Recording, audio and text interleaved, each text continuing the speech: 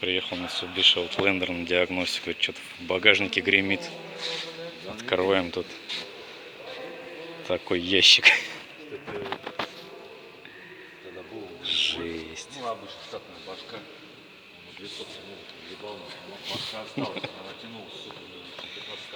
Прайд аудио. Такой вот ящик.